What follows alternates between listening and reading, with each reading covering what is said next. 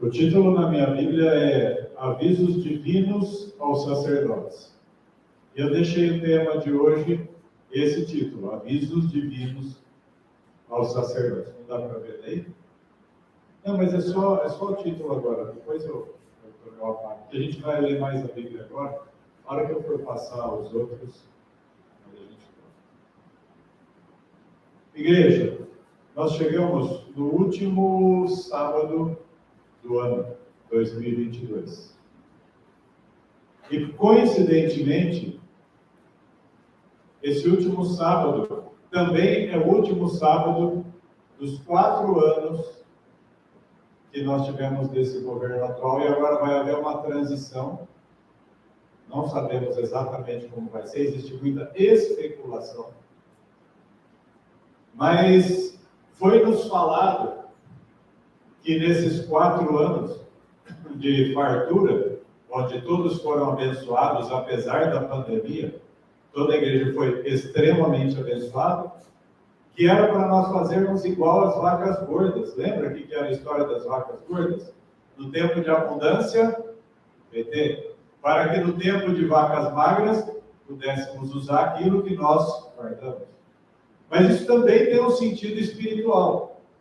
Alimente-se espiritualmente bastante, para que na hora que você for provado ou perseguido, você consiga ter força espiritual, ou seja, você vai ter das suas vacas gordas espiritualmente a sua força espiritual, ou, como eram as 5 virgens, bastante azeite, para manter a chama acesa. A mesma ideia das vacas gordas é o candeeiro cheio de azeite. Porque o que aconteceu com as outras 5? Ficaram nas vacas magras, e a hora que veio realmente as magras, acabou o azeite. É um momento de transição tão severo que nós não sabemos o que irá acontecer com a igreja brasileira, por exemplo. Como será se hoje, nesse tempo de ainda conforto, existe toda essa guerra que nós estamos presenciando, que nós estamos vendo dentro da igreja? E a hora que houver perseguição? Lá em Josué capítulo 3, Zacarias capítulo 3, fala sobre Josué, o sumo sacerdote. Nós já vimos essa história, eu só estou trazendo a memória de vocês. O que Satanás fazia com Josué ali? Acusava, mostrava as vestes de Josué, que era o sumo sacerdote, e falava, ele está sujo, vestes imundas. Mas aí o que Jesus falava do lado dele? Eu acho que é bom a gente ver. Deixa o dedo no Malaquias, um livro antes é o Zacarias.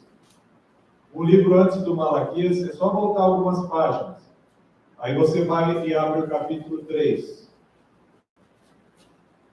Zacarias teve uma visão de Josué, o sumo sacerdote. E ele me mostrou Josué, o sumo sacerdote, posicionado diante do anjo do Senhor, Jesus, e Satanás, de pé, à sua direita, para quê? Se lhe opor. Satanás é aquele que, como diz na palavra, acusa cada um de nós de dia e de noite. Tormenta e intensifica o nosso pecado. Nós pecamos. E como foi dito, o nosso pecado está diante de nós. Mas sabe o que Satanás faz? Ele faz ele ficar 2 vezes maior. Para que a gente não tenha coragem ou ousadia de pedir perdão. E sabe qual é a cena aqui? É uma pessoa humilhada diante de Deus e falando, eu não mereço ser perdoado, eu isso, aquilo. E Satanás pisando em cima da cabeça, realmente não merece, realmente você não merece nada. Mas aí o que continua o texto? E o Senhor disse a Satanás, o Senhor te repreenda, ó Satanás. O Senhor que escolheu Jerusalém te repreenda. Não é este um tição, um pedaço de brasa tirado do fogo? Ora, Josué, vestido de roupas sujas, estava de pé diante do anjo. Zacarias está vendo isso tudo. Então ele, Jesus, lhe respondeu e falou aos que estavam diante dele, dizendo aos anjos, tirai estas roupas sujas dele, E a ele lhe disse: eis que fiz a iniquidade passar de ti, e te vestirei com outra vestimenta. Quem faz isso para nós? Jesus. Quem que nós temos que olhar nesse momento, igreja? Para Jesus. Satanás está fazendo exatamente a mesma coisa. E por que eu trouxe essas reflexões? Elas aconteceram porque as últimas mensagens que eu tenho assistido no Telegram, né, que interessante, muitas vezes a gente fala, sai das mídias, sai das redes sociais, mas Deus colocou um canal que é o Telegram da igreja. E ali tem sido um filtro para nós olharmos quais mensagens aquelas que vai valer a pena e que vão nos edificar. E as últimas mensagens que eu assisti, os pastores falavam assim. Um deles, ele estava num congresso, o Daniel Spencer, e ele vai falar sobre a terceira mensagem angélica. E ele fala, nós vamos uma série de ministrações sobre as mensagens angélicas. Mas, antes de qualquer coisa, eu tenho que falar da vida devocional. Aí o outro pastor, que é lá dos Estados Unidos, o Doug, ele fala, olha, a igreja nossa está indo bem, está decolando, está super bem, estão irmãos crescendo na fé, os batismos aumentando, a igreja fluindo, e nesse momento, é melhor eu advertir a igreja, o que eu entendi de Deus, é que eu tenho que advertir, porque se eu fosse o inimigo da igreja, eu iria contra essas igrejas que estão crescendo. E o que está acontecendo conosco é que a vida devocional está a zero, as reuniões se estendem, os aconselhamentos demoram, as pessoas não saem do lugar, porque nós não estamos tendo vida devocional. E quando começa a crescer um pouquinho, Satanás vem, ataca na distração, ataca na dispersão, nas murmurações, em tantas coisas, difamação, nas contendas, nas inimizades, ataca de tantas maneiras, que aquilo que começou a crescer murcha, e volta lá para baixo. E a igreja continua zero. E aí, patina, e aí, em vez de estar lá no finalzinho da estrada, está lá com a carroça para trás. Muitas vezes as pessoas falam, final de ano, tempo de agradecimento, de olhar para trás, e o Senhor está dizendo agora, qual que é o título? Volta lá em Malaquias, qual que é o título do capítulo 2? Avisos divinos aos sacerdotes. Agora é hora da igreja se aprumar em pé, ficar firme. Jesus está dizendo, chega até mim porque eu vou trocar suas vestes. E aí o texto começa dizendo assim, e agora, ó sacerdotes, este mandamento é para vós. Mandamento significa, esta é a ordem para a igreja. Se não ouvirdes e se não o colocardes no vosso coração, para dar glória ao meu nome, diz o Senhor dos Exércitos, eu enviarei uma maldição sobre vós, e eu amaldiçoarei as vossas bênçãos. O que significa Deus amaldiçoar as nossas bênçãos? Tudo que Deus nos permitiu conquistar, na família, no trabalho, na vida espiritual, em todas as áreas, tudo que Deus nos abençoou, Ele vai amaldiçoar se a gente não obedecer. Muitos tiveram e sentiram esse exemplo na cerimônia da ceia da Páscoa. Outros nem perceberam que estavam fora da casinha. É tão sério que Deus está dizendo, olha, vai começar a pesar um pouco mais para cada um. E o texto diz assim, sim, a continuação do versículo 2, estou na metade dele. Depois que fala, amaldiçoarei as vossas bênçãos. Sim, já as tenho amaldiçoado, porque não o colocais em vossos corações. Não tem colocado Deus, mas tem aceitado as bênçãos e Deus está em segundo lugar, ou como um acessório. Eis que recompensarei vossa semente ou descendência, não é?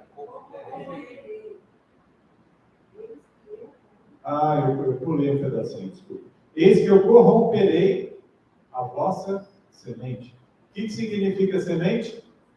Nossos filhos. O peso da nossa desobediência vai cair não apenas sobre nós, mas sobre as nossas gerações. Não é isso que fala lá em Êxodo 20? Segundo mandamento. Quando Deus amaldiçoa as próximas gerações, é porque está vendo o que no meio do povo? Idolatria.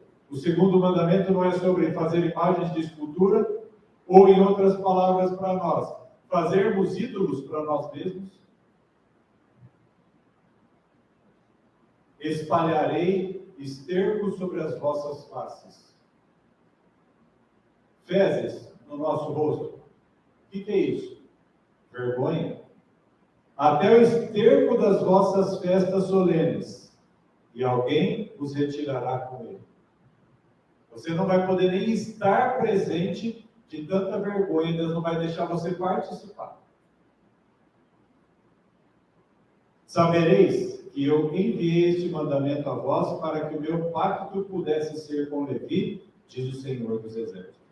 Meu pacto com ele foi de vida e paz. Quando a gente se converte, a gente tem duas intenções boas.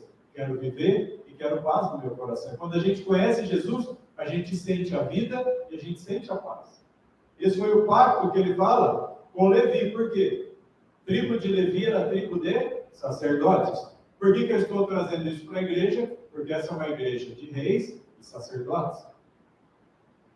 Diz o Senhor dos Exércitos. Sim, meu pacto com ele foi de vida e paz, e lhe dei pelo temor com o qual ele me temia. Um dia, a igreja respeitou o Senhor. Hoje, não respeita mais. Temeu diante do meu nome. A lei da verdade estava no passado, estava em sua boca. Cada um de nós já teve um momento de desfrutar da vida espiritual. E a iniquidade não se achou nos seus lábios. Ele andava comigo em paz e retidão. Desviou muitos da iniquidade, trouxe pessoas para o Senhor. Deus fez isso através da vida de cada um de nós. Cada um de nós foi influência para alguém. Porque os lábios do sacerdote devem guardar o conhecimento, devem manter o conhecimento vivo. Não é só saber que existe e falar, eu já sei. Isso não é guardar o conhecimento. Guardar o conhecimento é, eu tenho o conhecimento e ele está vivo e eu coloco ele em prática hoje. Isso é guardar o conhecimento. E eles devem buscar a lei em sua boca, porque ele é o mensageiro do Senhor dos Exércitos. Igreja, o Senhor nos chamou como mensageiro do Senhor dos Exércitos, aquele que comanda e dá ordem, e Miguel executa todas essas ordens. Você é o mensageiro. Lembra que nós vimos Josué no começo do culto? Esse Josué, general, ele tinha um general acima dele. E o Senhor dos Exércitos, o pai de Miguel, o pai de Cristo Jesus, que é o Senhor de todos, ele deu ordem e falou, eu quero vocês como mensageiros. Aprove a Deus. Agradou a Deus que nós fôssemos mensageiros. Sabe o que Deus está falando conosco? Lembrem-se do que vocês foram chamados. Consciência espiritual de quem vocês são, da seriedade da vida de vocês. Mas vós, versículo 8, vos desviastes do caminho, vós fizeste muitos tropeçarem na lei, tendes corrompido o pacto de Levi, diz o Senhor dos Exércitos. Quando nós concedemos ou fazemos concessões no alimento, quando nós não corrigimos alguém quando está em erro, quando nós deixamos as coisas correrem frouxa. Lembra que nós lemos em Abacuque 1? Porque a iniquidade está misturada com a justiça, a lei é frouxa. Isso tem acontecido. E aí ele fala então, vos desviastes e fizestes muitos tropeçarem na lei. Versículo 9. Portanto, eu também vos tenho feito desprezíveis. É a sensação que nós temos.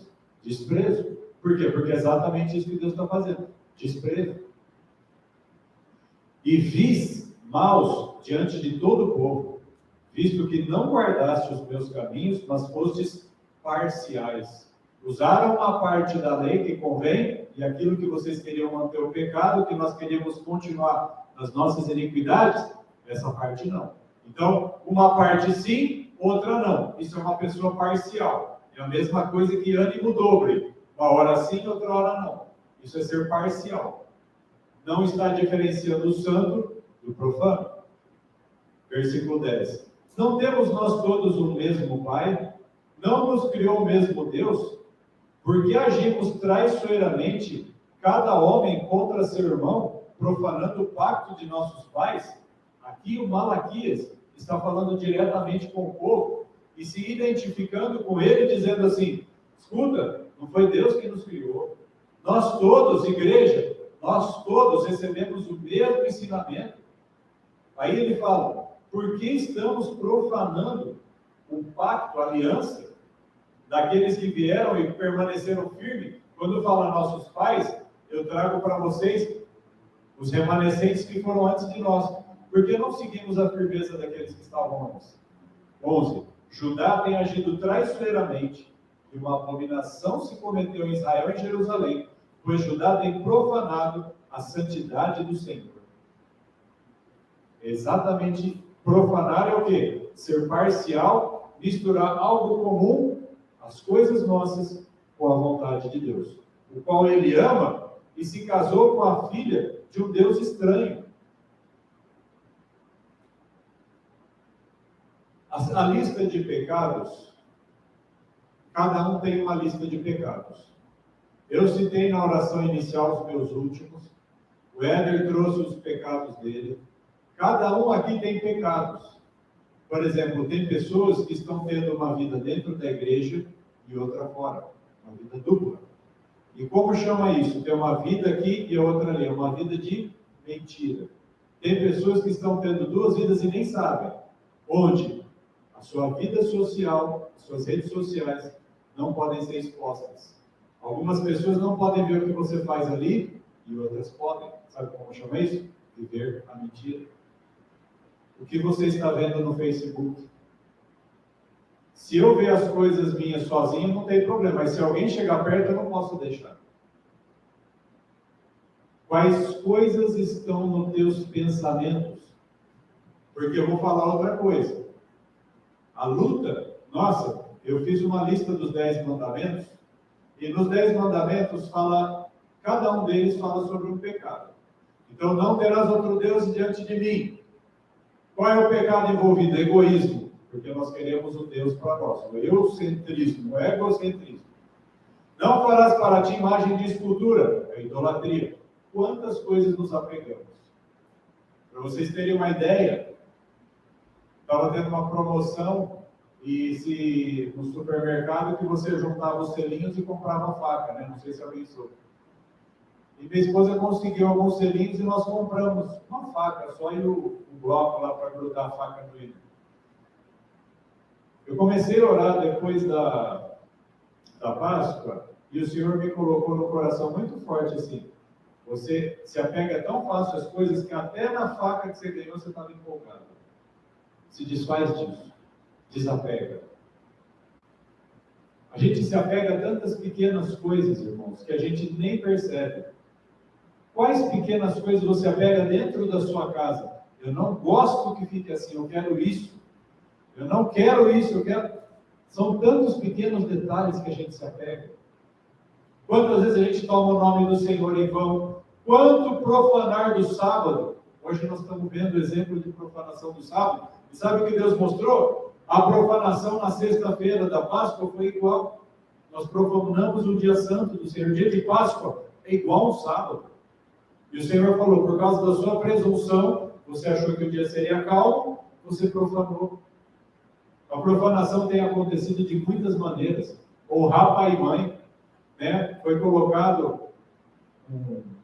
uma ministração do irmão Martins, né? Daquele missionário, e ele fala, os filhos que são de Jesus, presta atenção nessa frase, os filhos que são de Jesus, pais, vocês não precisam se preocupar com eles, porque quando você ficar velho e precisar de ajuda, eles vão socorrer.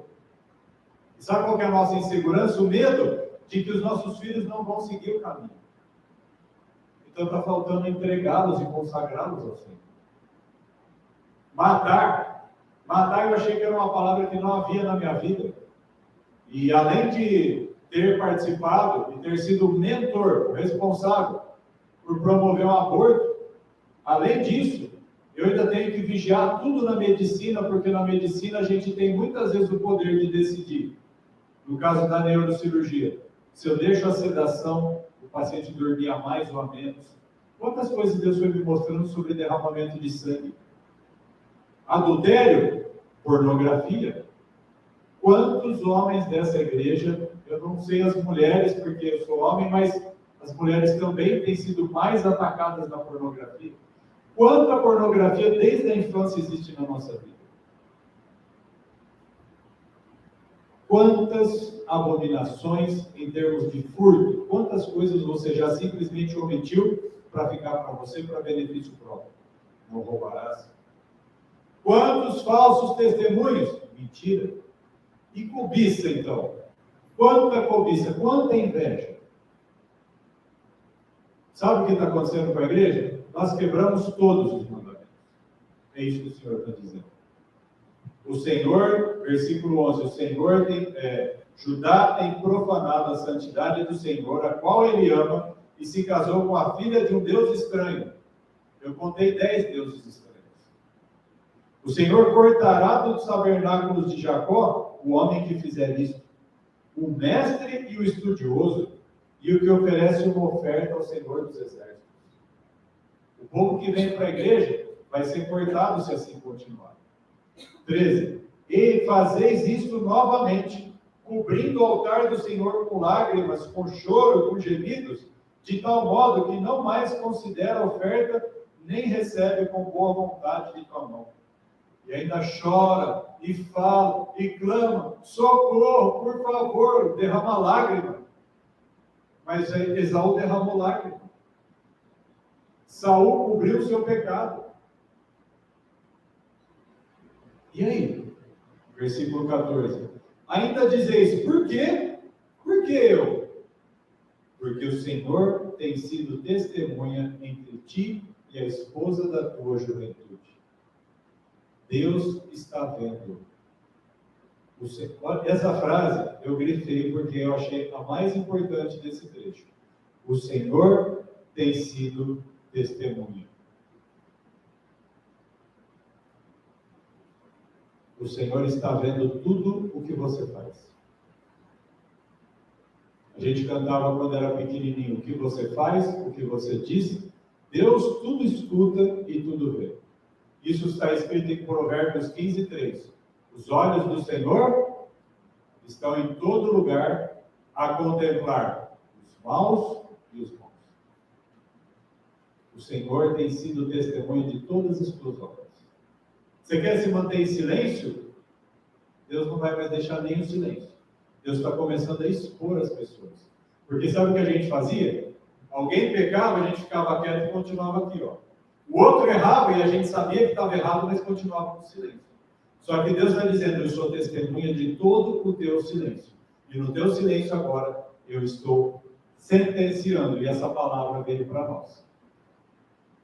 Então, contra a metade do capítulo, versículo 14. Contra a qual tens agido traiçoeiramente, sendo ela a tua companheira e a esposa do teu pacto. No tempo de Malaquias, os maridos estavam traindo literalmente as esposas. Estava havendo um adultério físico terrível. E desse adultério estava havendo profanação. Hoje, como é o nosso casamento, espiritualmente falando? Não apenas eu e a minha esposa, mas a noiva com o noivo. Nós estamos prestes a nos casar com Jesus. Jesus está para voltar à terra. A noiva tem que se aprontar. Mas em vez de ter o vestido branco e adornado, as vestes estão sujas, como do sumo sacerdote Josué. E fez ele somente um, ainda que ele possuísse o restante do Espírito. E por que somente um? Para que ele pudesse buscar uma semente piedosa. Portanto, tome cuidado com seu espírito e ninguém haja traiçoeiramente contra a esposa da sua juventude, pois o Senhor, o Deus de Israel, diz que ele odeia o repúdio, ele odeia quem odeia o seu próximo, a sua esposa, os seus filhos, e que ele encobre a violência com a sua roupa. Diz o Senhor dos Exércitos, portanto, atentai em vosso espírito e não hajais traiçoeiramente. Deus disse, não é pouco você fazer uma traição, não é pouco você repudiar a sua esposa, você agir mal, maltratar o seu cônjuge, a mulher e o marido. Não é pouco você deixar de amar os seus filhos. Malaquias não é o texto que, se a gente virar a página, vai no capítulo 4 falar: converte os corações dos pais aos filhos e dos filhos aos pais. É sobre esse contexto que estava se falando isso. O repúdio, o afastamento. Se o homem separava da mulher, os filhos estavam longe. Qual é o amor que você tem tido para com a sua esposa e seus filhos? Ou para com o seu marido e os seus? Aí o versículo 17 diz assim: tem descansado o Senhor com vossas palavras, e ainda dizeis: em que temos cansado? Nós temos feito canseira para Deus aonde? Quando vós dizeis: todo o que faz mal é bom à vista do Senhor, e ele se deleita desses, ou onde está o Deus do juízo? A canseira é assim: tem havido um peso. A profeta da igreja tem reclamado constantemente do peso, e aí a gente diz: aonde que nós cansamos? Aonde que nós somos peso? Tudo isso que Deus coloca aqui é a sentença e é o peso que Deus está dizendo para a igreja. Mas além disso, quando eu falei sobre o devocional, qual é o problema maior? Quem aqui da igreja tem mais tempo de crente? Quem da igreja tem mais tempo de crente? Eunice de Melo, não é? O que a dona Eunice fala para nós sobre a vida espiritual? Quais são os conselhos? Oração, o que mais? Jejum, o que mais? Leitura da palavra, o que mais? Perseverar, o que mais? É guerra, meu filho. Nós estamos em guerra. Não é assim que ela fala? Quanto tempo faz que ela vive isso? A vida inteira. Mudou alguma coisa do tempo dela para o nosso? A vida devocional, então, ela deve ser deixada de lado? Mas o que a igreja fez? Colocou de escanteio. Tem um outro modelo que eu não conhecia e que eu passei a entender quando eu comecei a aceitar as coisas que a minha esposa falava. A Bíblia fala lá em Romanos 10 que a fé vem pelo ouvir, e ouvir o quê? A palavra de Deus, não é assim? O modo que a pastora mais cresce espiritualmente, sabe como é? Ela ouve e ela retém. Aquilo que ela lê, que ela ouve nas pregações, a gente estava conversando ontem, né? Ela guarda tantas mensagens que aquilo, ela não... Por exemplo, eu ouvi as 3 pregações daquela pastora Tânia. A primeira sensação que eu tive é assim: nossa, eu vou ter que ouvir de novo para escrever tudo. Na cabeça dela, não. Já entrou tudo no arquivo.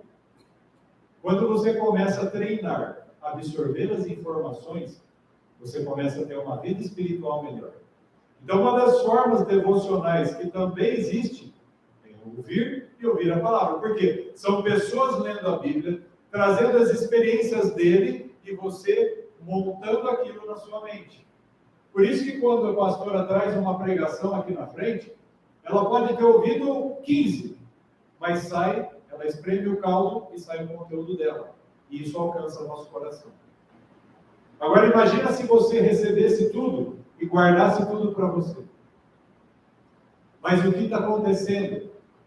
Reuniões, aconselhamentos e advertências que constantemente se fala muito, mas tem pouco. Sabe o que acontece? Não está havendo comunhão. E por não haver comunhão, a gente se justifica. A gente se defende. Quantas pessoas já foram exortadas e cansadas de ser exortadas? Lá em Isaías, abra a tua Bíblia, Isaías 33.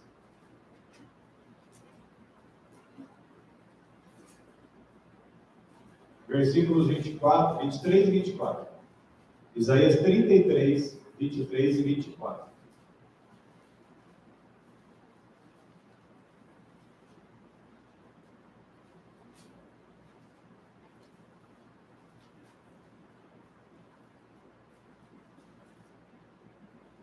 Todos acharam? Se você olhar no versículo 16, o que está escrito ali? Ele habitará no alto, as fortificações das rochas serão seu lugar de defesa, pão será dado a ele suas águas estarão seguras. Quando que nós lemos esse versículo? Quem lembra?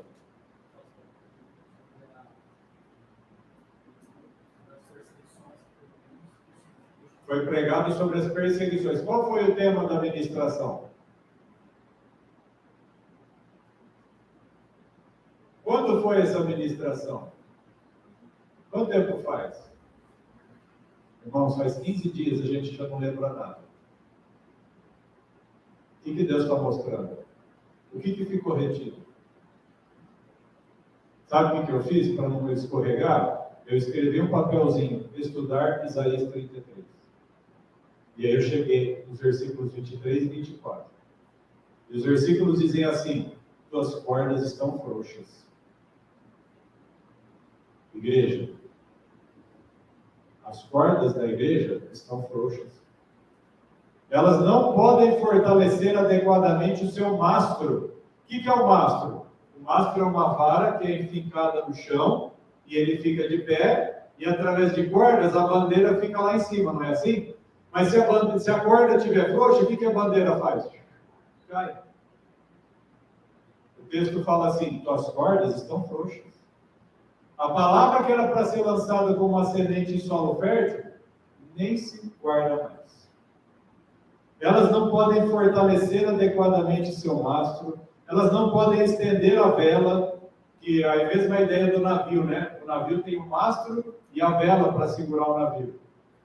Então, a presa de um grande despojo é dividida, os coxos se darão ao saque.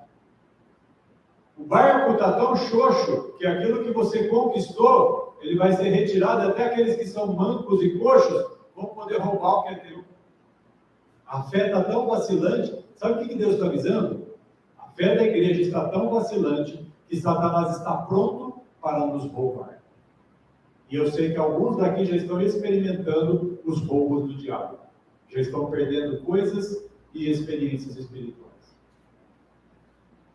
E os habitantes não dirão: estou enfermo. O povo que habita nela será perdoado de sua iniquidade. Sabe o que significa isso? Está falando sobre pecado, perdão, iniquidade e enfermidade.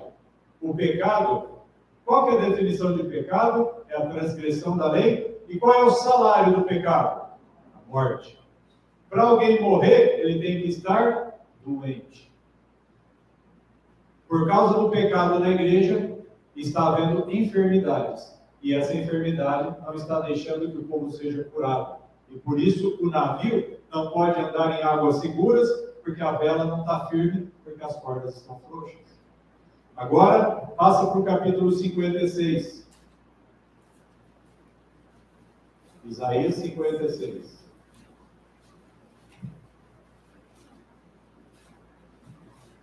Do 9 a 12.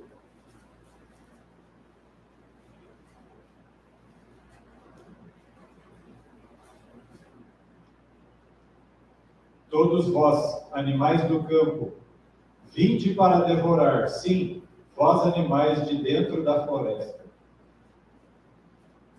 Quem que fala assim?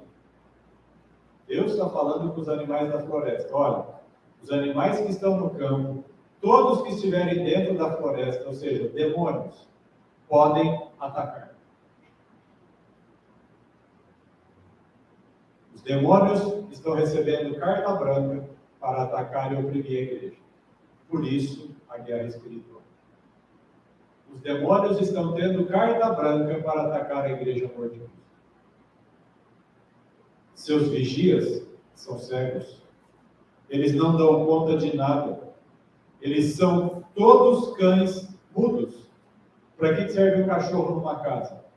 Para latir, para avisar que está invadindo alguém. Para que serve um cachorro mudo? Para que serve, vocês conhecem o nosso shih tzu, aquele pequenininho, bezinho, né? Para que serve o bezinho na forma de proteção da nossa casa?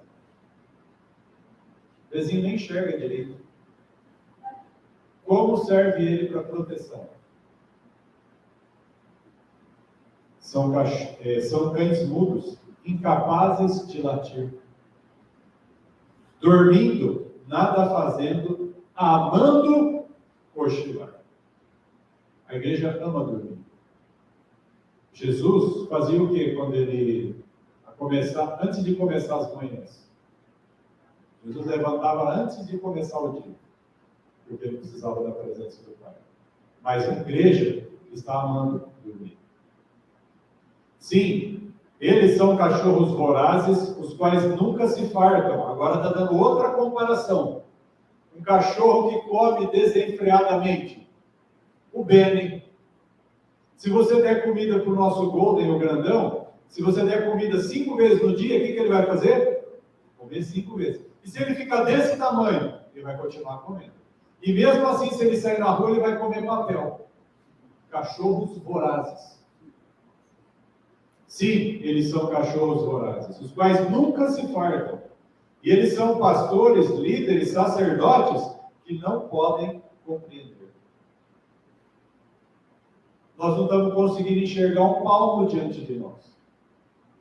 Eles todos olham para o seu interesse próprio, cada um para o seu ganho de sua região.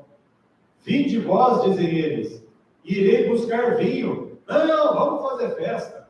E nós nos encheremos de bebida forte. O que vai acontecer hoje à noite? O mundo vai se encher de bebida forte. E amanhã será como este dia e muito mais abundante. As pessoas, não, acabou, esquece tudo de 2022. Vamos comemorar porque 2023 chegou. Embriagados, cheios de pecados, o que vai acontecer dia 1º de janeiro? A mesma coisa que Deus sentenciou no dia 31 de dezembro. É a mesma coisa. Só que o que Deus está falando é que a igreja está se embriagando, comendo mal, se alimentando terrivelmente. E eu ouvi numa dessas ministrações também, que está no Telegram da igreja, que a gente pode assistir, por o pastor Daniel Spencer, no português, dizendo, sabe que o jejum, além de ter uma função espiritual, ele tem uma função física, porque quanto menos comida você alimenta, mais sangue circula facilmente para o seu lobo frontal, a sua comunhão melhora. Então, a função física do jejum na comunhão também é irrigação do lobo frontal, oxigenação, nutrição do tecido e funcionamento da comunhão com o Senhor.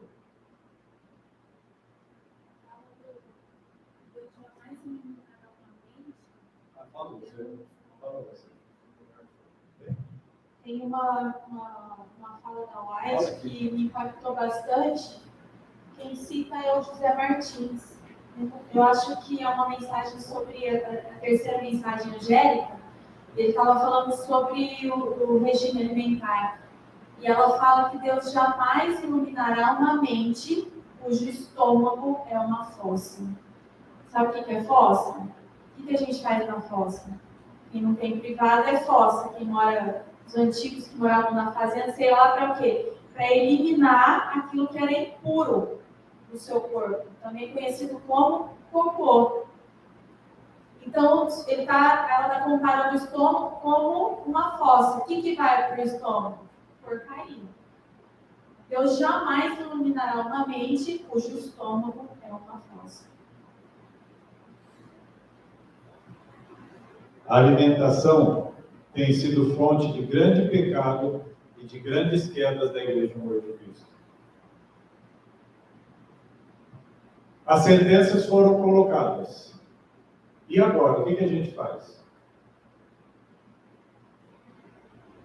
2 Crônicas 20.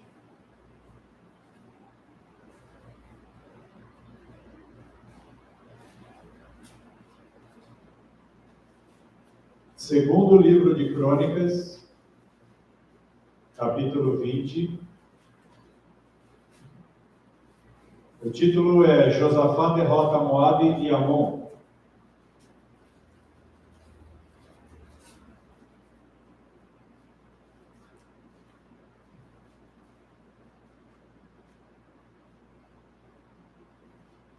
Sucedeu depois disso que os filhos de Moabe e os filhos de Amon, e com ele os amonitas, vieram para a batalha contra Josafá.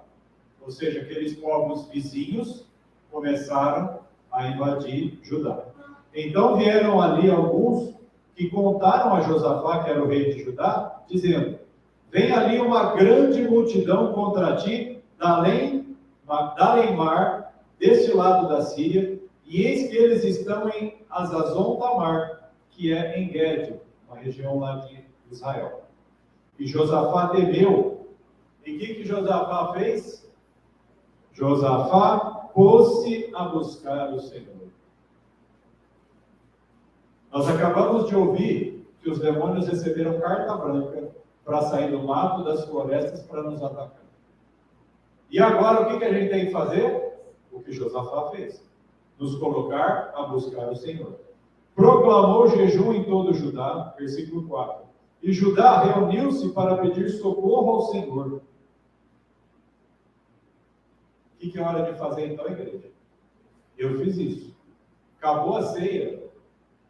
Foi na sexta, né? Na verdade, eu estava numa semana de oração, mas na sexta-feira eu caí no pecado da presunção. Eu não parei de orar, mas eu vi a derrota, eu não parei, eu continuei pedindo socorro para Deus. Eu não parei de orar enquanto Deus não respondeu. E Judá reuniu-se para pedir socorro de Deus. De todas as cidades de Judá, eles vinham buscar o Senhor. Sabe o que é você mover toda a sua casa para buscar a Deus? Hoje é dia de fazer isso.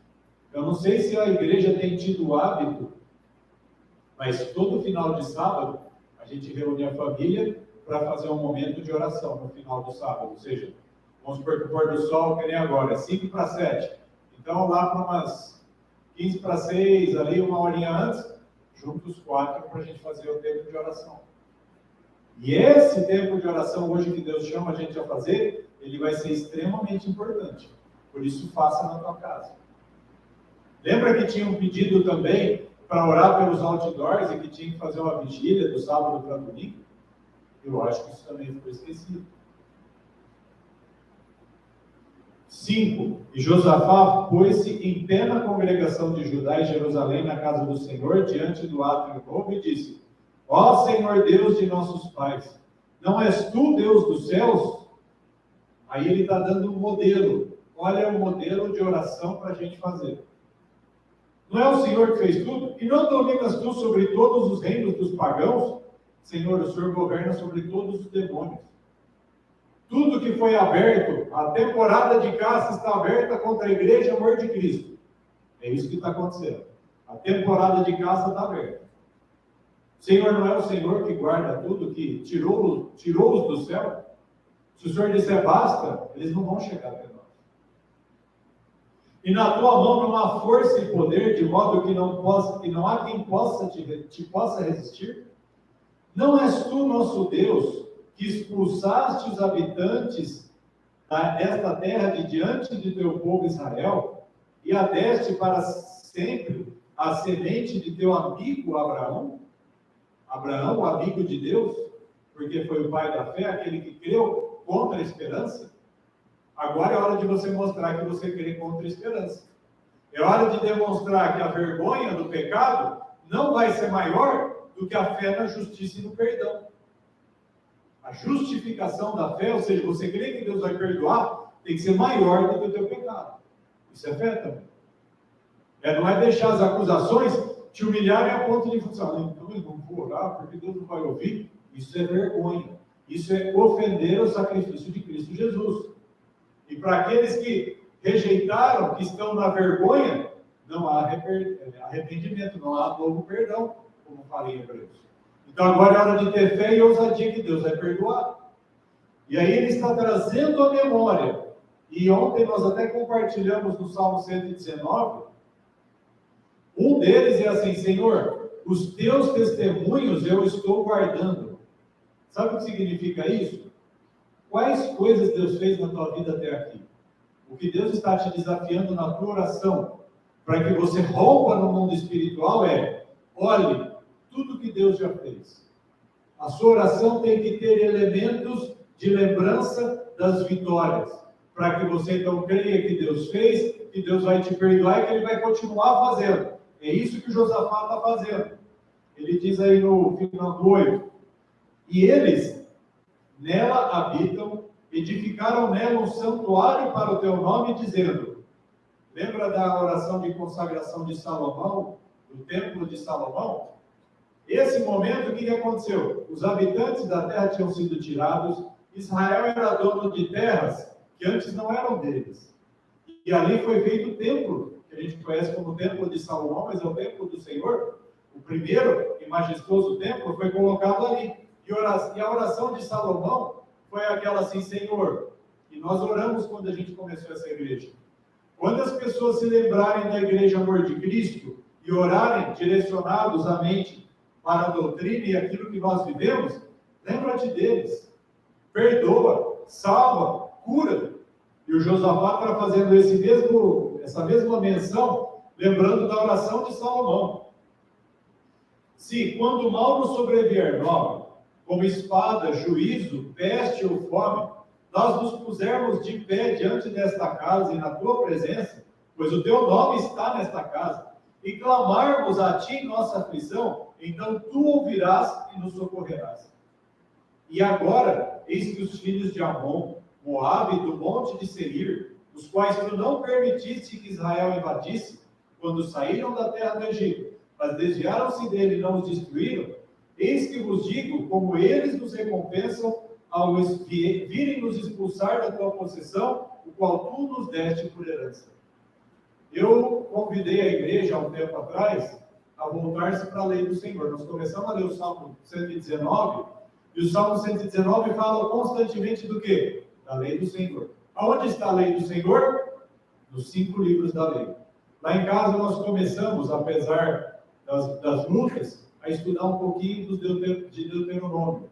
Deuteronômio é a repetição da lei. E o capítulo 2 conta, lembra que a gente trouxe até a palavra que não era para se aliar à igreja adventista para a evangelização, e nós lemos um texto de Deuteronômio? Olha, o que é dos filhos de Esaú fica com ele, o que é dos amonitas fica com ele, o que é do Moabita fica com ele, porque são descendentes de Ló, cada um a sua descendência. O Josafá está dizendo: Deus, o Senhor mandou a gente não mexer com os vizinhos, mas agora os vizinhos estão mexendo com a gente. Aliás, tem algumas circunstâncias que isso está acontecendo, né? Vizinhos nos atacando, isso tem acontecido. Versículo 12: Ó nosso Deus, tu não os julgarás? Porque não temos qualquer poder contra essa grande companhia que vem contra nós. O que Josafá está dizendo? Sou incapaz. Eu não dou conta. Se o Senhor não fizer a minha causa, se o Senhor que fez o céu e a terra não nos cuidar, é o que o Josafá está dizendo, eu não tenho força. E ele diz assim no final do versículo 12: tão pouco, muito menos sabemos o que fazer. Senhor, eu recebi uma enxurrada de acusações esse sábado de manhã, e eu não tenho força e muito menos sei o que eu vou fazer. Mas os nossos olhos estão sobre ti. O que tem que se fazer então, igreja? Olhou para os montes, não tem nada? Nossos olhos estão no Senhor que fez o céu e a terra. Versículo 13: E todo Judá se pôs em pé diante do Senhor com seus pequenos, suas esposas e filhos. Então veio o Espírito do Senhor no meio da congregação sobre Jaaziel, filho de Zacarias, filho de Benaia, filho de Jeiel, filho de Matanias, um levita dos filhos de Asaf, e ele disse: ouvi todo Judá, e vós, habitantes de Jerusalém, e tu, rei Josafá, assim diz o Senhor a vós: não temais, nem vos amedronteis em razão desta grande multidão, porque a batalha não é vossa, mas de Deus. Amém? Olha o que está escrito. Escrito não, porque são só ilustrações.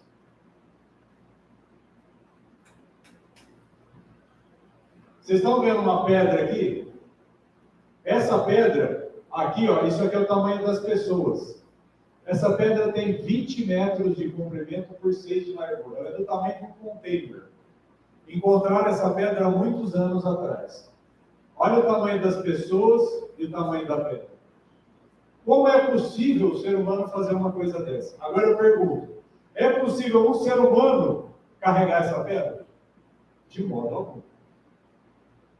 Quanto você acha que pesam os nossos pecados e as provas que estão diante de nós? Essa pedra, perto das batalhas que nós temos para enfrentar, é água. Isso aqui é cosquinha. Sabe o que a gente quer fazer? Exatamente igual se fazia antigamente. Carregar igual os escravos carregavam o fardo. Os escravos eram obrigados a carregar o fardo. Sabe por que a igreja não está tendo vitória? Porque está carregando a pedra. Só que existe, diante do conhecimento de Deus, existe um meio de se carregar a pedra. Sabe como chama isso? Uma alavanca. O que é uma alavanca? É uma ajuda. Então, o homem que não conseguiria mover essa pedra, com uma alavanca, ele consegue fazer ela se movimentar. Como que a gente enxerga a alavanca hoje? Jesus Cristo. Como nós chegamos até Jesus? Oração. Mas se a gente ora, a gente continua tendo que fazer tudo isso sozinho? Ou Jesus faz isso aqui se mover? O que Jesus falou sobre as pedras? Ah, se a fé de vocês fosse do tamanho do grão de mostarda, vocês moveriam nem só uma pedra, mas a montanha. Só que nós estamos aqui, ó. As nossas orações não estão sendo eficazes, porque não estamos orando. E quando oramos tentando nós mesmos não soltar o fardo, quando na verdade é Cristo que faz a pedra. Jesus disse, na verdade os discípulos, né? Isso está em Lucas 11:1, não precisa abrir. Lucas 11:1, o que os discípulos pediram para Jesus? Senhor, ensina-nos a orar. Não é a pregar. Nós não precisamos de ensinamento tanto para pregar, porque se a gente estiver de joelho, na hora que a gente estiver aqui, o mundo espiritual já está vencido. Já está a vitória pronta. Mas porque falta oração, o púlpito não anda. E porque falta oração, as famílias estão sendo derrotadas. As nossas filhas estão caindo na pornografia. Os nossos filhos estão caindo na imoralidade. Por causa da oração. Às vezes a gente tenta... olha a diferença. Esse aqui, se ele tentar carregar o mundo, empurrando por aqui, ele não vai ter força. Mesmo que venha um e puxe um pouco mais para trás, um terceiro. Porque você carregar o mundo não sai do lugar. Só que na oração, é possível, você está vendo aqui um homem, isso aqui é o quê? Um elefante. É possível um homem levantar um elefante pelas leis da física. Isso aqui é uma conta. Aqui tem um vetor de força, aqui tem a força, e a pergunta é, quanta força esse homem tem que ter aqui para que o elefante seja levantado?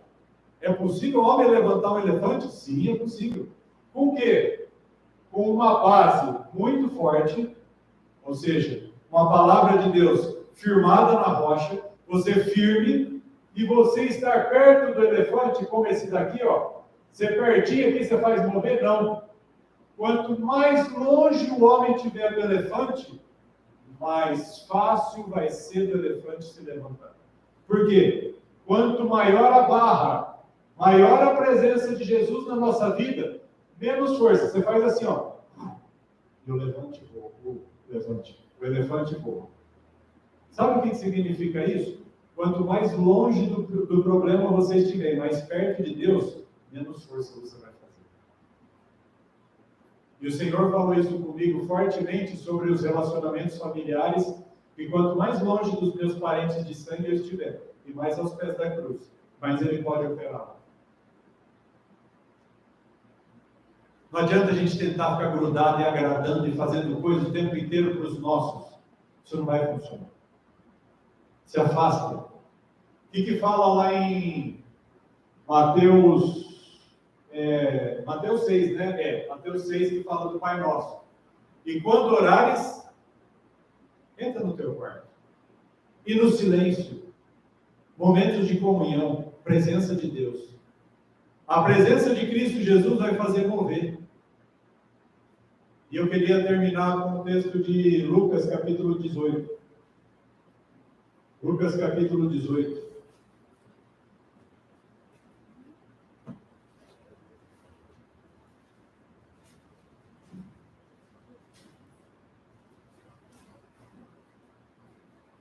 deixa aqui.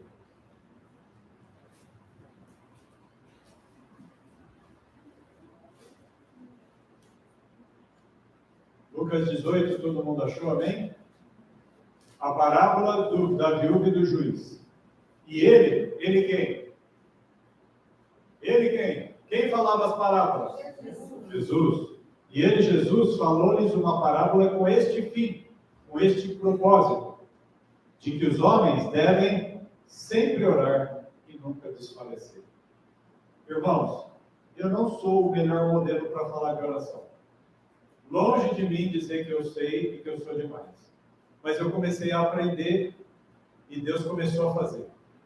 E eu vi o quanto Deus moveu no tempo de comunhão que eu tive com Ele. Eu senti a presença de Deus. E numa das pregações do Telegram do Daniel Spencer, quando ele fala sobre a vida devocional, ele usou esse exemplo aqui. Ó. Quem sabe o que é isso? Um caça, mas esse caça está pela metade. O que é isso? Alguém já viu? Nunca ouviu falar. Isso é um avião supersônico, ou seja, além da velocidade do som, o som tem uma velocidade. E a velocidade desse avião é mais rápida que a do som. Então ele começa voando, faz muito barulho, barulho de avião. A hora que ele passa, que ele está mais rápido que o som, ele faz assim, ó. Não tem mais barulho, porque o som está atrás dele. O som está lá e o avião está lá na frente. Você só ouve depois o eco, o barulho que ele já fez. Mas a hora que você vê o caça, ele está... E para que ele usou esse exemplo? Ele usou esse exemplo para dizer assim, quando a gente começa a oração, a nossa oração começa barulhenta, um monte de distrações, ruidosa, difícil acesso, a gente quase não chega. Mas quando a gente rompe em oração, no silêncio, o Senhor começa a falar conosco. E a oração começa a fazer outro sentido para nós. E a gente sabe até o que tem que fazer e o que vai acontecer. Porque a gente rompeu a barreira do som. E o Senhor está nos chamando, como disse Jesus nesse versículo, a orar sempre e nunca desfalecer.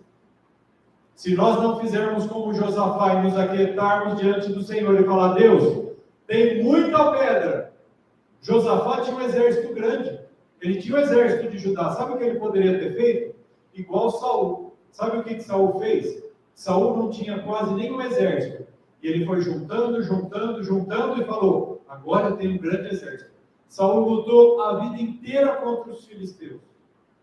Mas o fim de Saul foi a morte. Josafá tinha um exército, mas ele não usou o exército. Ele falou, exército, espera aqui. Igualzinho Josué. Josué tinha um exército para vencer Jericó, mas Jesus disse, Josué, a conversa é comigo. E Josué se prostrou diante do Senhor. E o texto diz assim, havia em uma cidade, o que está em vermelho é Jesus dizendo, havia em uma cidade um juiz que não temia a Deus, nem respeitava os homens.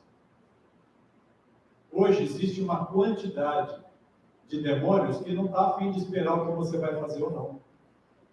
Numa das pregações do Telegram que eu assisti desse pastor chamado Doug Batchelor, que ele fala do perigo da igreja que está começando a se desenvolver, ele cita o capítulo 12 de Apocalipse e fala assim, e o dragão caiu do céu, não foi isso que a gente lê em Apocalipse? E fala, e o dragão tem grande ira, e ele vai com essa ira.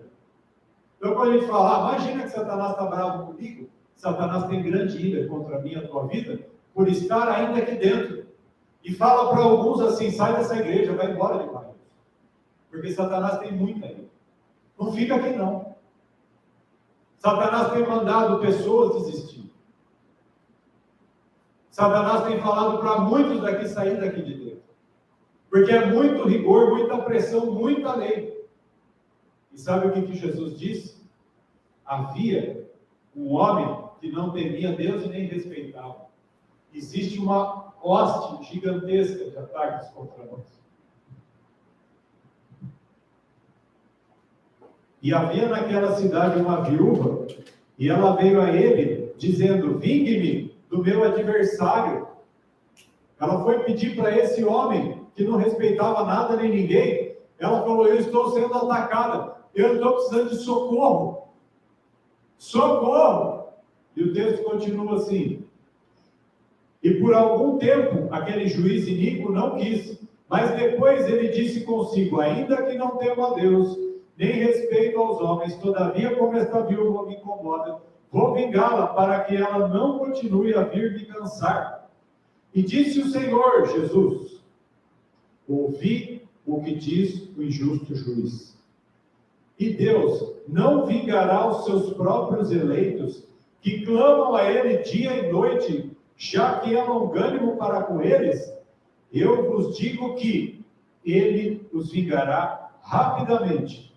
Quando, porém, vier o Filho do Homem, porventura, achará fé na terra? Quando Jesus voltar, Ele vai encontrar fé na Igreja Amor de Cristo. A Igreja Amor de Cristo estará de pé. O que Deus está nos falando? Olha para a Dona Eunice, olha para a vida da pastora, olha para os exemplos de Josafá, olha para as mensagens que Jesus deixou, olha para os exemplos que estão dando certo e fale assim, eu vou voltar a fazer uma vida devocional. O Senhor está clareando a ideia. Igreja, comece a vida devocional hoje à tarde. Nós vamos chegar em casa, nós vamos almoçar, Deus vai permitir alguns até dormirem um pouco, vai ter reunião de ministérios, mas no final da tarde, junte a sua família para orar. Coloque as causas diante do Senhor e pratique o devocional, quer seja antes de deitar, quer seja ao despertar, na hora que Deus coloca, cada um tem o seu hábito, mas aproveite o tempo do silêncio para clamar a Deus. O Senhor quer que a igreja volte a ter uma vida devocional, para parar de ficar patinando. Nós não podemos ser uma carroça, como eu comecei o culto, nós temos que estar lá na frente na estrada. Nós vamos cantar uma música, põe a letra da música, por favor, Marcelo.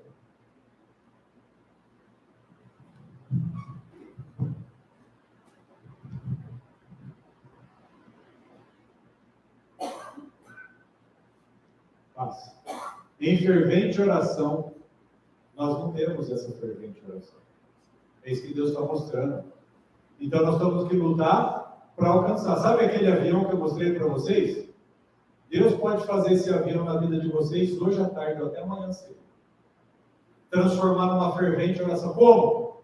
Vai ser barulhento, vai chacoalhar tudo, mas chega uma hora que rompe no mundo espiritual. Vem o teu coração na presença de Deus, derrama. Derrama o que você tiver que derramar.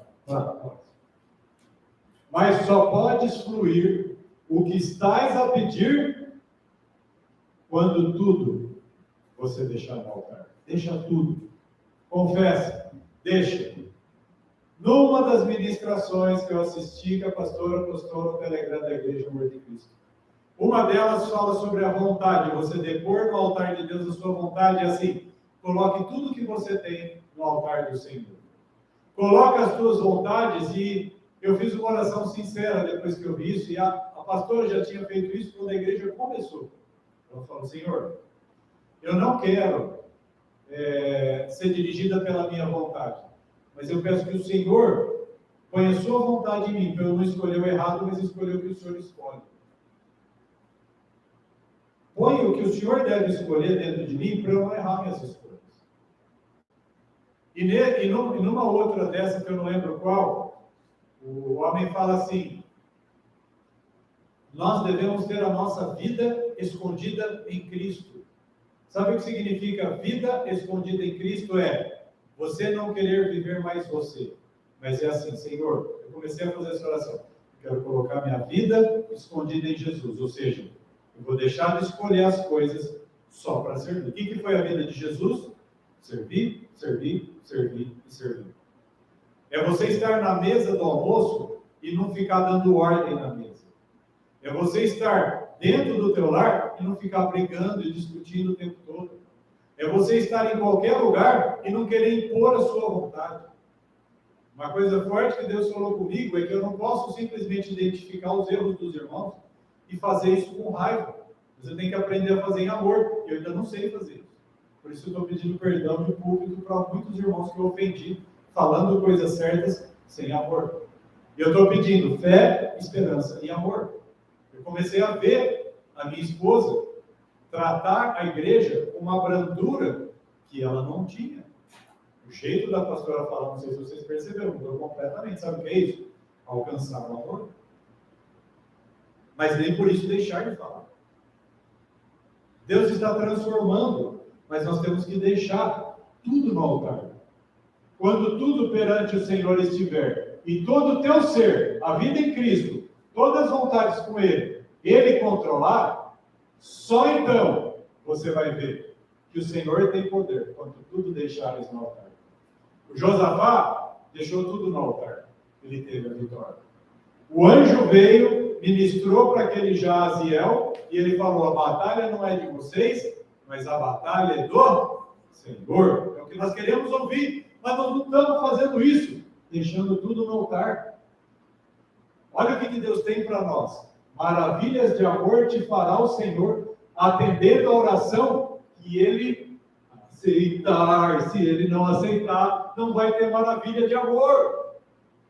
Maravilhas de amor te fará o Senhor, se Ele aceitar a oração. Seu imenso poder é muito grande, nós não estamos tendo nem fé no poder de Deus. Te virá socorrer quando tudo deixares no altar. Nenhuma causa que a igreja tem hoje que sente o peso e o fardo é grande demais para o nosso Deus. Não tem nenhum dos problemas que veio na tua mente agora que Deus não possa resolver. Nada.